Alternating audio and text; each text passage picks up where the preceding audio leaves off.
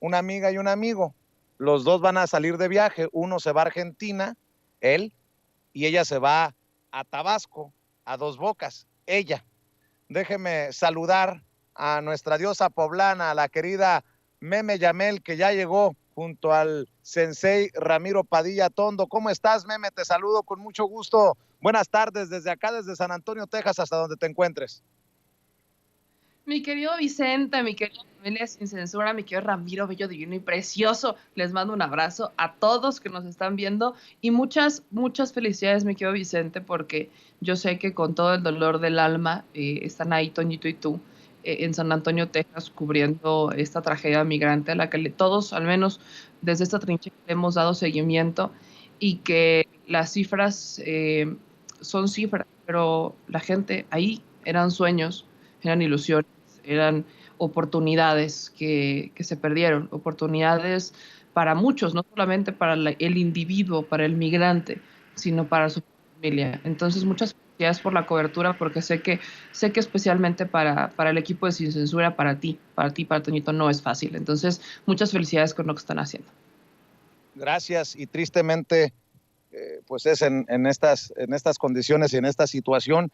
Y nada más para abonar a lo que estás diciendo, por esto que le voy a leer, que publica la prensa asociada a la AP, con firma de Delmer Martínez, Sonia Pérez y Christopher Sherman, acaba de salir esto que publica la prensa asociada. Es que para nosotros que conocemos el drama migrante que hemos vivido, el propio Ramiro ha sido migrante, trabajador en Estados Unidos, es que nos resulta menester, es obligatorio para quienes tenemos una convicción migrante, promigrante, estar aquí. Miren, los migrantes en la tragedia de Texas buscaban una vida mejor. Los niños salieron con la esperanza de ganar suficiente como para mantener a sus hermanos y padres. Los adultos jóvenes que habían hecho sacrificios para ir a la universidad pensando que les llevaría el éxito abandonaron su país desilusionados. Un hombre que ya trabajaba en Estados Unidos y regresó para visitar a su esposa y a sus hijos, decidió llevarse a un primo con él de vuelta a Estados Unidos.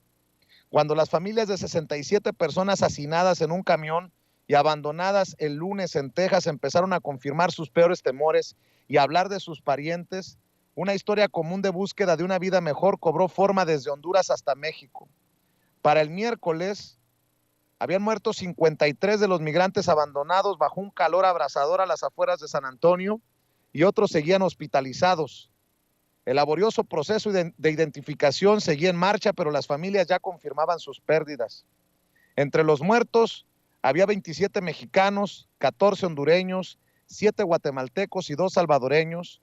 Así lo ha indicado Francisco Garduño, el jefe del Instituto Nacional Mexicano de Migración.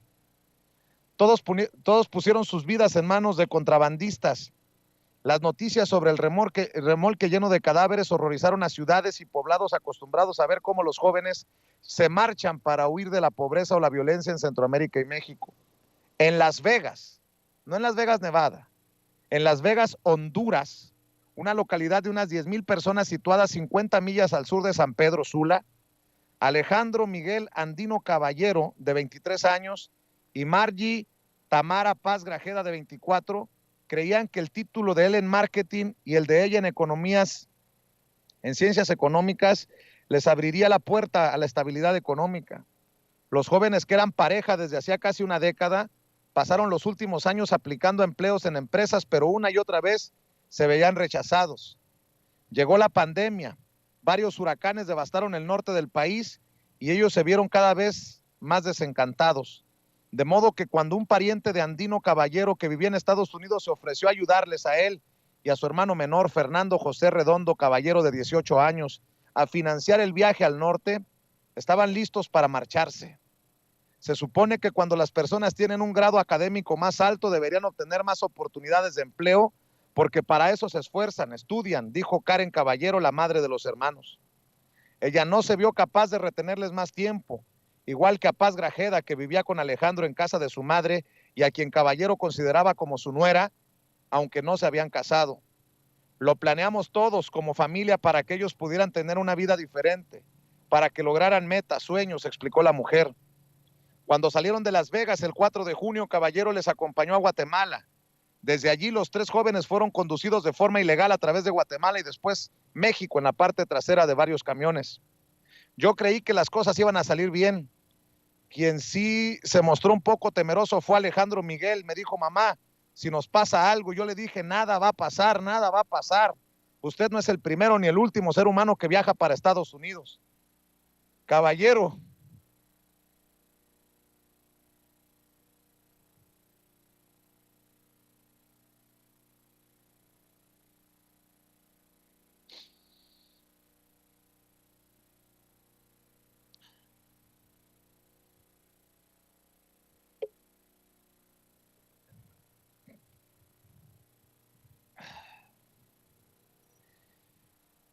Caballero habló por última vez con ellos el sábado por la mañana. Le dijeron que habían cruzado el río Bravo en Roma, Texas. Se dirigían a Laredo y esperaban salir el lunes hacia el norte con dirección a Houston. El lunes acababa de llegar a casa cuando alguien le dijo que encendiera el televisor. Me costó procesar, dijo, cuando vio el reporte sobre el camión en San Antonio. De ahí recordé, disculpe,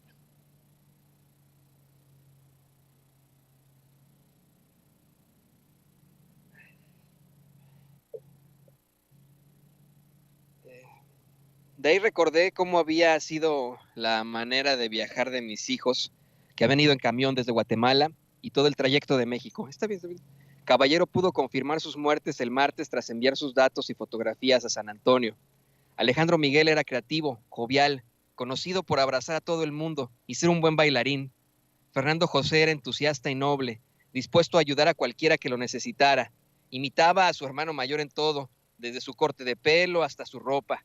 Le encantaba el fútbol y llenaban de gritos la casa de su madre. La pérdida de sus hijos y de Paz Grajeda, que era como una hija, es devastadora. Mis hijos dejan un vacío en mi corazón, dijo. Los vamos a extrañar mucho. Casi a 400 millas de distancia, las opciones de Wilmer Tulul y Pascual Melvin Huachiac, primos de 13 años de Sucubal, Guatemala, eran considerablemente más escasas. Sucubal es una comunidad indígena quiché de unas 1,500 personas en las montañas a casi 100 millas al noroeste de la capital, donde la mayoría vive por agricultura de subsistencia. Mamá, ya estamos saliendo. Fue el último mensaje de Wilmer que Wilmer envió a su madre, Magdalena Tepaz, en su quiché nativo el lunes. Habían salido de casa el 14 de junio. Horas después de oír ese mensaje de voz, un vecino dijo a la familia que había habido un accidente en San Antonio y temían lo peor, explicó Tepaz a través de un traductor. Los chicos habían crecido como amigos y lo hacían todo juntos. Jugar, salir, incluso planear el viaje a Estados Unidos, a pesar de que no hablaban bien español, dijo la madre de Melvin, María Zipac Koch.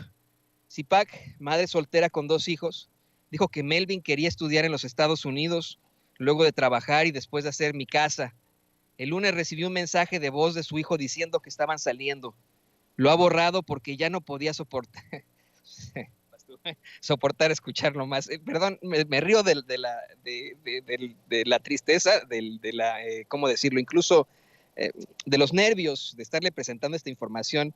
Estábamos leyéndolo justo cuando nos llegó este cable de Associated Press, Vicente y yo, y decidimos ponerlo al aire. Se nos corta la voz, nos estamos ahogando entre las lágrimas, le ofrecemos disculpas. Voy a intentar terminar esta nota para que continuemos con nuestros queridos amigos Meme Yamel y Ramiro Padilla Tondo en esta mesa de análisis y con usted sobre todo. Quiero decirle a usted que la vibra en este lugar es terrible, se siente mucho dolor, a pesar de que desafortunadamente algunos medios lo han convertido en un circo. Nosotros aquí estamos con mucho respeto y con la única intención de exhibir esta gran pues tristeza, esta necesidad de que se pueda enfrentar a la idea de la inmigración como una realidad humana y que terminen esas políticas antiinmigrantes. Lo hacemos siempre con mucho respeto y respeto a estos pues hombres y mujeres jóvenes que perdieron la vida y que perdieron todos sus sueños, que llegaron aquí con muchos sueños y que se perdieron a unos metros aquí, a la vuelta de nosotros. Dice, parientes que organizaron y pagaron al contrabandista esperaban a los chicos en Houston. Esos familiares le dijeron a Zipac que los niños habían muerto y el gobierno guatemalteco se lo confirmó el miércoles. El padre de Wilmer, Manuel de Jesús Tulul, no podía dejar de llorar el miércoles. Dijo que no tenía ni idea de cómo llegarían los chicos a Houston, pero que nunca había imaginado que los meterían en un camión. Su hijo había abandonado la escuela tras la primaria y trabajaba con él desmontando terreno para cultivos. Tulul dijo que Wilmer no veía un futuro para él en una localidad donde se construían casas humildes con remesas enviadas desde Estados Unidos. Quería ayudar a mantener a sus 3 hermanos y tener su propia casa y un terreno algún día. El contrabandista cobraba $6,000, de los que habían pagado en torno a la mitad. Ahora Tulul solo podía pensar en recuperar el cuerpo de su hijo y confiar en que el gobierno cubriera el gasto. En México, es que esto es muy fuerte, los primos Javier Flores López y José Luis Vázquez Guzmán también salieron de la pequeña población de Cerro Verde en el estado sureño de Oaxaca. Con la esperanza de ayudar a sus familias, se dirigían a Ohio, donde esperaban empleos en la construcción y otros sectores. Ahora Flores López está desaparecido, dijo su familia, mientras que Vázquez Guzmán está hospitalizado en San Antonio. Se confirma, según la agencia Associated Press, que uno de estas personas que está hospitalizado, de los 2 mexicanos que están hospitalizados en estos momentos, es José Luis Vázquez Guzmán. José Luis Vázquez Guzmán. Cerro Verde es una comunidad de unas 60 personas prácticamente abandonada por los jóvenes. Los que quedan consiguen escasos ingresos tejiendo sombreros, felpudos, escobas y otros objetos con hojas de palma. Muchos viven con apenas 30 pesos, menos de $2 al día. Escuchó usted bien, 30 pesos al día. No era el primer viaje a la frontera entre México y Estados Unidos para Flores López. En la mitad de la treintena, y que había salido de Cerro Verde años antes para viajar a Ohio, donde viven su padre y un hermano. Había regresado para una breve visita a su esposa. Es que, mire, es que, si quieres venir, estamos aquí también dejando a nuestras familias atrás, pero, híjole,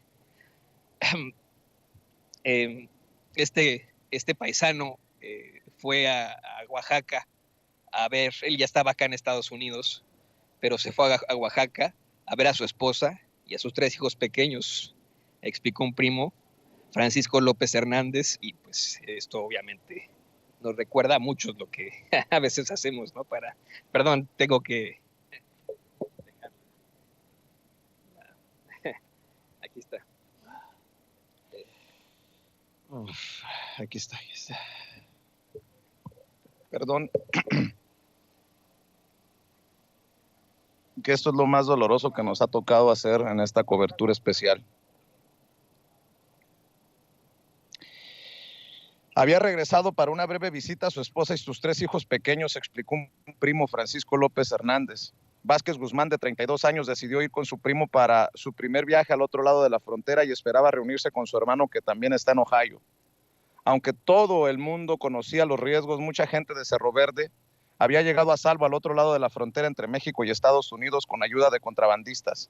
Así que la noticia fue una conmoción, dijo López Hernández. La familia cree que Flores López también estaba en el camión, pero aún espera una confirmación. La madre de Vázquez Guzmán iba a solicitar una visa para visitar a su hijo hospitalizado, pero ayer miércoles salió de cuidados intensivos y pudo hablar con ella por teléfono. Ella decidió quedarse en México y esperar su recuperación, dijo Aida Ruiz, directora del Instituto Oaxaqueño de Atención al Migrante.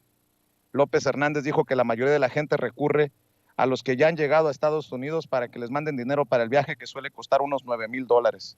Son muchos riesgos. Los que sí tienen la suerte, la fortuna de llegar allá, pueden trabajar, hacerse de sus bienes, dijo. Y así termina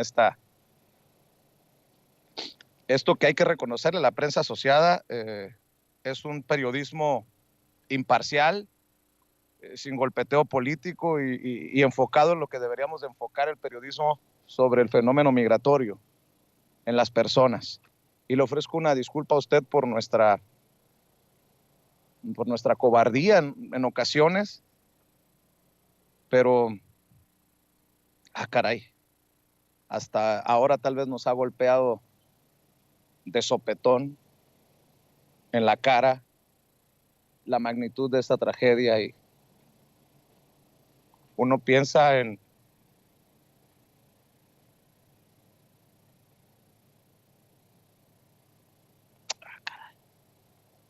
les ofrezco una disculpa, meme, Ramiro, pero creo que Ramiro te puedes identificar porque tú también le anduviste chingando mucho tiempo acá en Estados Unidos. Maestro, te saludo a ti también y insisto, una disculpa por haber tomado tanto tiempo en leer esto que publica la prensa asociada. No te preocupes, Vicente, sí es obviamente muy doloroso.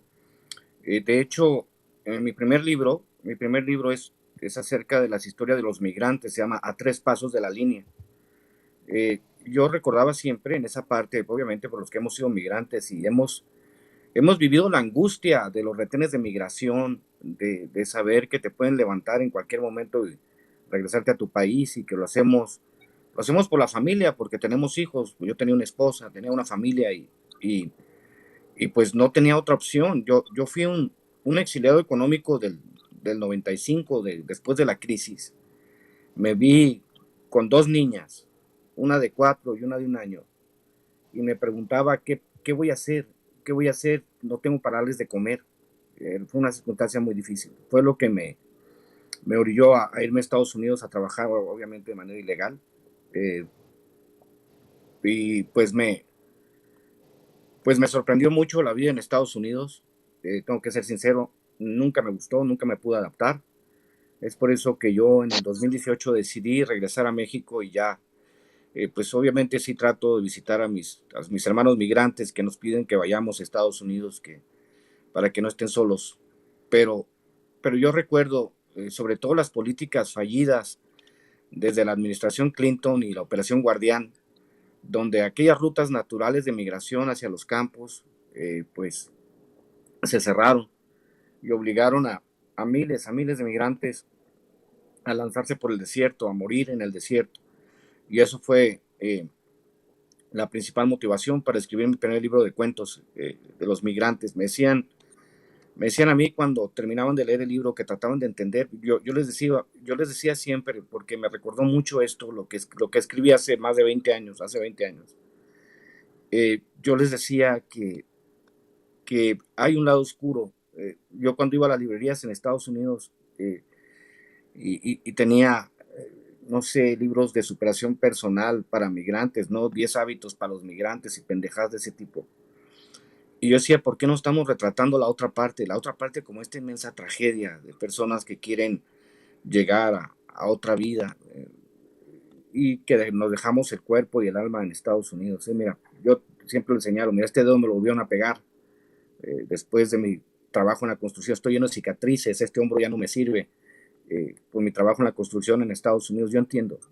Y cuando voy a Estados Unidos y veo a mis paisanos trabajar de sol a sol, 2 o 3 trabajos para trascender su condición, para trascender esa pobreza a la que bastantes gobiernos mexicanos nos condenaron, pues no puede uno dejar de pensarlo y de emocionarse, porque sí, yo estuve la mitad de mi vida en Estados Unidos y al menos yo no tuve que cruzar por el desierto, pero sí viví siempre, no sé, mucha gente debe entenderlo.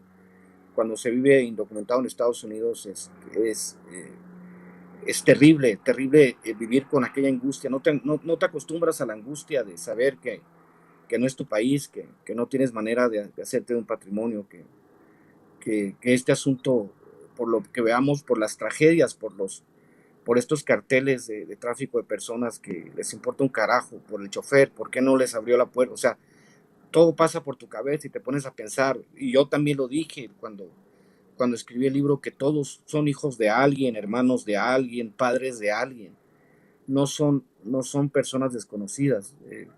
Y todas aquellas cruces que están pegadas en la frontera de las personas que intentaron llegar a Estados Unidos y no llegaron precisamente porque pues las políticas homicidas de ambos países, en las cuales no legalizan la migración, o los gobiernos, sobre todo como el gobierno mexicano, los gobiernos anteriores en los que se priorizó siempre la concentración de la riqueza y que hizo que explotara después del Tratado de Libre Comercio, pues reventaron el campo y se produjo una inmensa migración a Estados Unidos con las políticas de Zedillo, de Fox, de Calderón.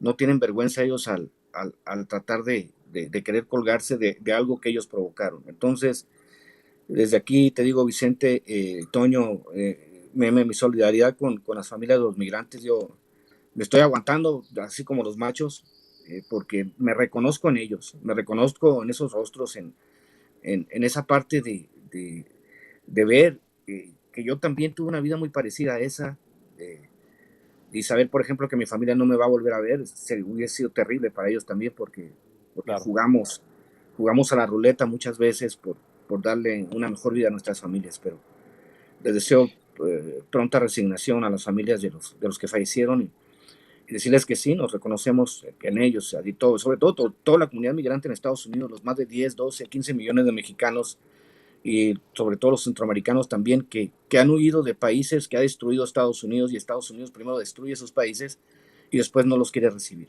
Entonces, pues que pues hay un llamado a las autoridades para que entiendan que la vida solo es una. Yo, que no soy muy creyente, pienso que solo tenemos una vida y la vida hay que aprovecharla, y qué terrible perderla de esa manera, mi querido Vicente. Así es, leo a Florina Zúñiga en el chat, dice: Vicente, ¿cuándo haces un programa de cómo viven los indocumentados ahí en Los Ángeles, drogos, pobres, viviendo en las calles? ¿Qué le parece, Florina, si me aviento no uno, sino 50 programas hablando de los muchachos, hijos de indocumentados que se gradúan de las universidades, de esa gente que vive apegada a su fe y respetando la ley, y que se la parte por 10, 20, 30, 40, 50 años en los campos agrícolas o en la construcción? ¿Por qué no le hago una serie de programas? Si usted así lo quiere, financiarlos, pues con mucho gusto. A lo que voy, Florina, hay muchas historias que contar, no solamente en Estados Unidos, sino allá en nuestros países. Pero si quiere generalizar, generalicemos en este sentido. La gran mayoría de nuestros hermanos migrantes es gente de bien, gente de respeto, gente a la que admiro profundamente, porque nadie me lo va a contar. Yo lo he visto, yo lo he sentido. Nadie me tiene que decir, Florina, creo yo, cómo contar la historia del migrante, porque a eso me he dedicado por más de 25 años. Meme, no sé si quieras agregar sobre este tema antes de entrarle a otros, y bueno, pues ya ves lo que provocas, mujer, ya ves lo que provocas. ¿Sabes por qué? Creo que hay que seguirlo provocando, Vicente. A mí me da mucho coraje que fue la tragedia y a la gente ya se le olvida. Dicen, ya pasó, ya. No, espérate, no pasó. No pasó. No podemos decir, ya pasó. Siempre pasa. Si ya saben, ¿para qué van? No. Cuando estuve en Guatemala, en la gira del presidente, en Guatemala, Salvador y Honduras, le preguntamos a la gente, sobre todo en Guatemala, ¿por qué migran? Y justo lo que tú leías de algunos hermanos hondureños, están titulados. Es gente preparada. Hay gente preparada que está migrando. ¿Y por qué migran? Porque en sus países de origen, el caso de Guatemala, llegaron estas grandes empresas extranjeras, se empezaron a sentar en la región y empezaron a desplazar a la gente. No le daban empleo a la gente que ahí vive. Eso también lo vivimos en México. Lo vivimos y lo vi cuando fuimos a hacer la cobertura del Tren Maya. Lo vi en Quintana Roo. Llegan las empresas extranjeras o llegan los empresarios de afuera y llegan y como que colonizan el lugar, ¿no? Así lo vi, porque la gente que ahí nació, la gente que ahí vivió, es desplazada. Está condenada a trabajar para alguien en su propia tierra, porque no se les han dado oportunidades efectivamente. Hay gente que en un inicio, cuando al principio sabíamos, se identificaba al menos a los migrantes de Oaxaca, originarios de Oaxaca, decían, pues ya ven, de Oaxaca, no que mucho programa. Pero cuando empezaron a salir que también había del Estado de México, de Querétaro, de Zacatecas, ya como que ya no los escuché decir nada.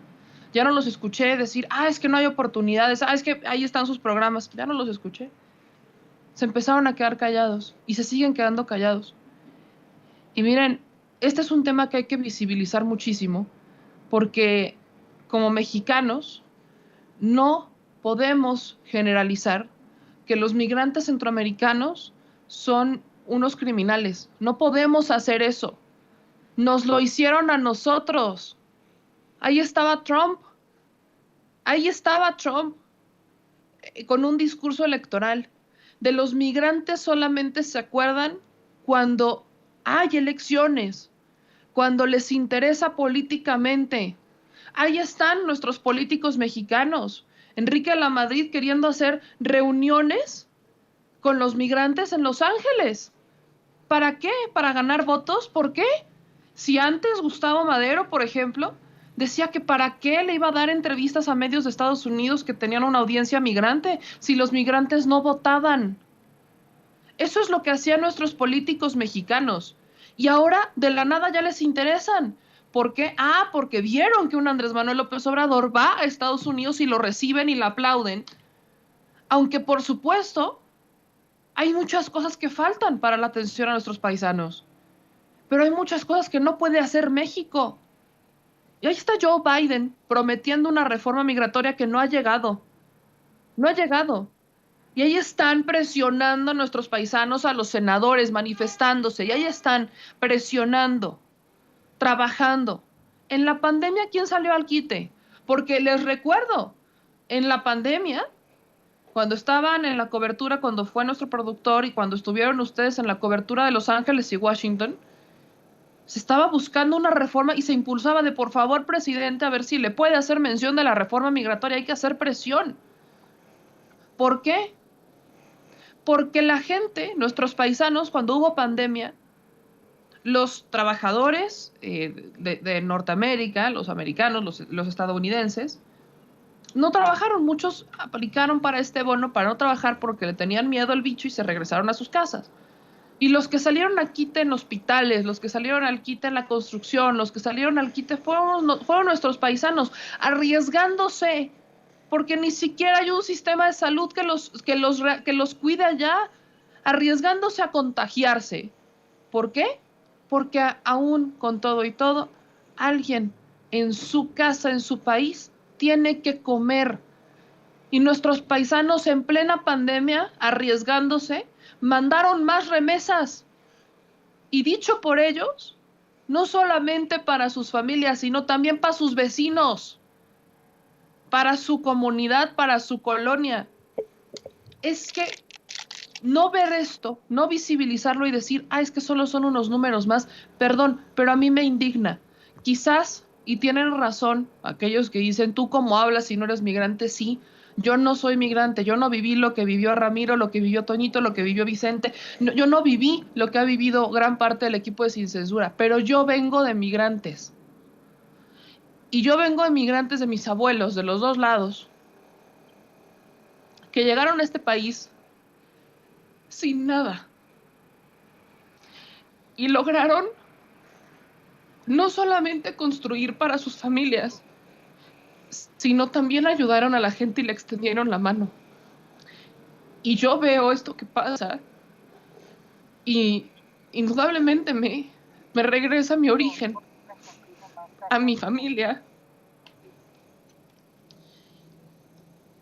Y por eso es que hay que visibilizar, porque sobre todo en México hemos vivido lo que es la discriminación lo que es el racismo. Hemos vivido lo que es que te maltraten por no hablar el idioma. Y ahí están, no nos vayamos tan lejos, nuestros indígenas mexicanos que no hablan español. Hay que abrir los ojos, gente. Hay que abrir los ojos. La gente que se va de su país, que sale de su casa, no sale porque, ay, ya me aburrí. No, no, no, no, no. Se llevan en su mochila, en su pequeña mochila, se llevan todas las ilusiones, se llevan todas las esperanzas de su familia entera, todas las oportunidades. Ese camión estaba lleno de esperanza, lleno de ilusión, lleno de oportunidades. Estaba lleno de ganas de algo mejor, estaba lleno de una voluntad. Y lamentablemente, yo se lo pregunté al cónsul de México en San Antonio, Texas ayer, que qué podían decir sobre esto, porque sigue pasando. No hay una reforma migratoria, no hay un avance. Y el cónsul me dijo que ellos no podían opinar sobre las políticas públicas de Estados Unidos. Y Javi Trujillo dice, ¿no? Racismo, los libaneses, te mamaste, Meme Yamel. Sí, sí, Javi. Hablo de los que llegaron, no de los de ahorita, Javi. Hablo de los que llegaron, de los abuelos, los que ya no están. De ellos hablo. De los que llegaron hablando un idioma diferente y que tenían que comunicarse con señas para que les dieran huevo o leche. Hablo de los que sí respetaban. Hablo de los que extienden la mano, Javi. De ellos hablo.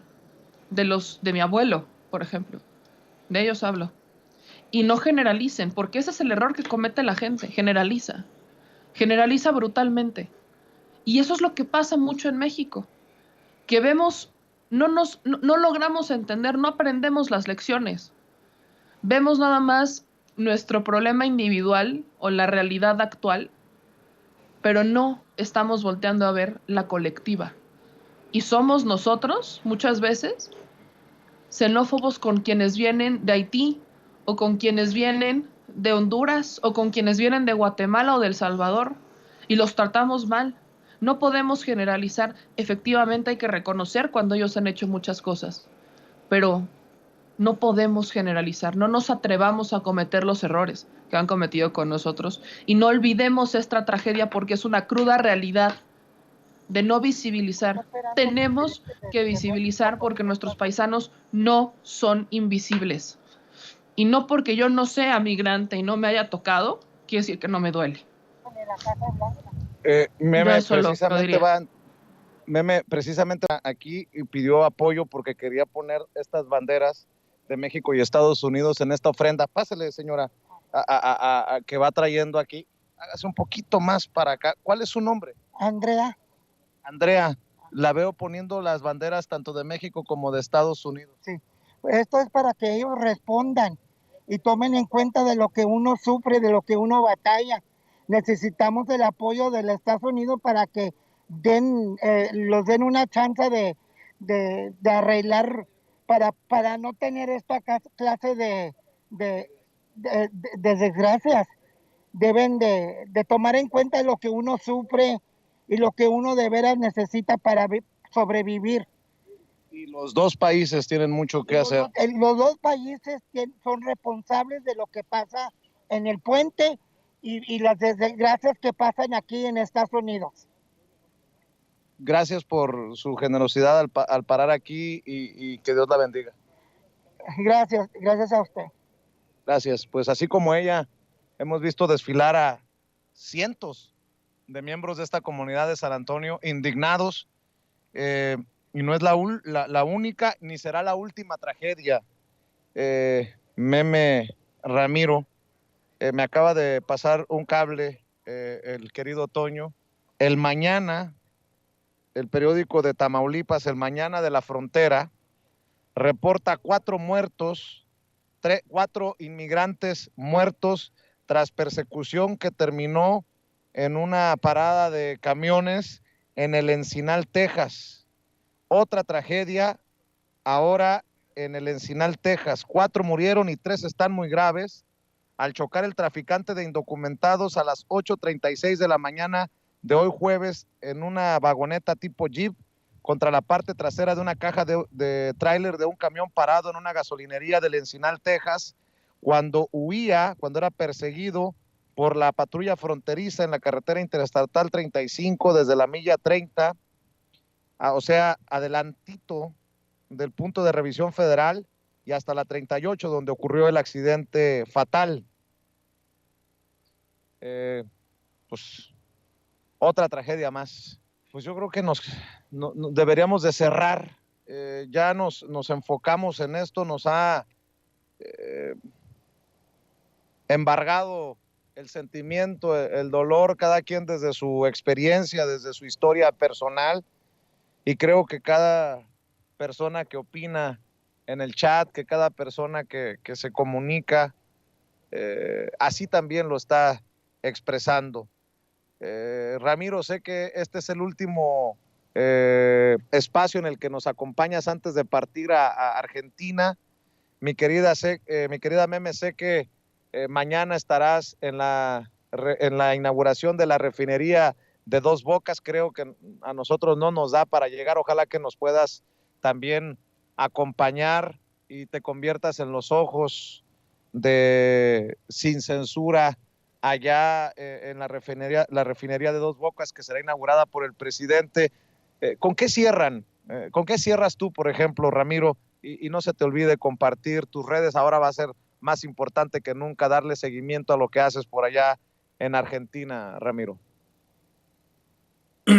Pues decirles que pues es la fiesta de despedida, digamos, va a ser en el Zócalo este sábado a las 2 de la tarde. Voy a llevar libros de Cartas a un Facho, Pequeño Chat Ilustrado, de Hojas en Ruta, de Maradot. Voy a llevar un puño de libros y creo que va a haber camisetas y tazas también. Entonces, la cita va a ser por allá en el Zócalo. Me buscan las personas que quieran adquirir los libros. Me buscan, pues ahí entre la iglesia y Palacio Nacional, ahí en esa esquina me voy a parar porque de repente dicen, hay gente muy despistada que no sabe, ¿no? Hacia qué parte del Zócalo, pero va a ser a un lado de Palacio Nacional, entre Palacio Nacional, no recuerdo cómo se llama la calle, me dijeron ayer, pero bueno, por ahí nos vamos en el Zócalo. Voy a estar unas 5 o 6 horas, a partir de las 2 de la tarde hasta las 7, 8 de la noche voy a estar ahí vendiendo libros. ¿Y qué te puedo decir?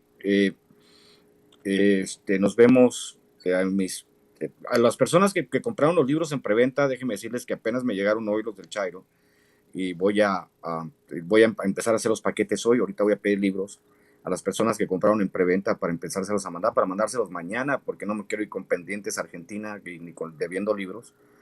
Y pues sí, voy a tratar en lo posible de conectarme desde Argentina.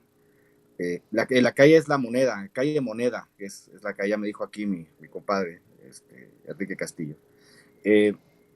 Y vamos pues voy a mandar calle Moneda, ahí en la esquina de calle Moneda, es donde voy a estar parado. Y pues decirles que pues tengo que hacer muchas cosas en Argentina. Voy cada 2 años. Voy a un encuentro de escritores y tengo que visitar otros lugares de la misma Argentina. Por eso se me va a hacer difícil conectarme a Sin Censura. Voy a hacer lo posible para conectarme desde allá, aunque no puedo prometerlo por completo, pero haré lo posible, ¿no? Y pues, ¿qué les puedo decir? Muchas gracias por el espacio, Meme. Te mando un abrazo, Vicente. Yo sé que son momentos difíciles y pues vamos con todo. Hay que seguir visualizando, haciendo visibles las historias de los migrantes. Yo, como les digo, mi primer libro habla precisamente de este tipo de tragedias y pues no podemos dejar de mencionarlas, porque al final de cuentas todos somos humanos y todos aspiramos, todos tenemos sueños y de eso se trata la vida. Les mando un abrazo. Muchas gracias, Vicente. Gracias, Ramiro. Éxito en la cobertura mañana. Estamos al pendiente. ¿Con qué cierras tú?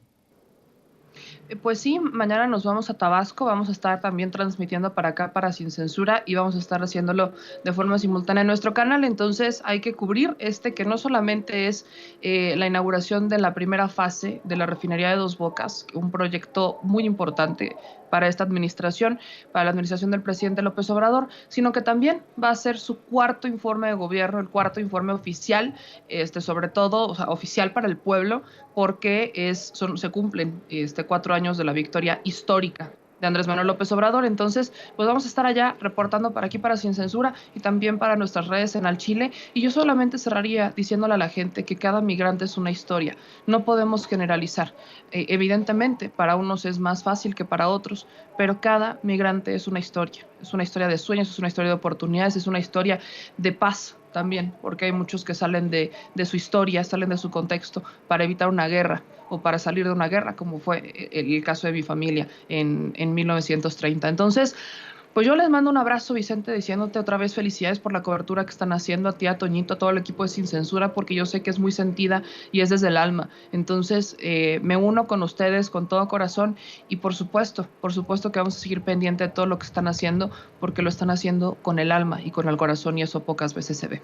Ahí me encuentran en todas mis redes sociales como @memeyamelca, me encuentran en YouTube como Meme Yamel, y con nuestro segundo canal que ya estamos por estrenar nuestro primer episodio de Documanía con Meme Yamel, porque ya vamos a hacer otro proyecto, Vicentito, pero les mando un beso, un abrazo a todos, a mi querida Ceci también, y un agradecimiento profundo. Mucha fuerza.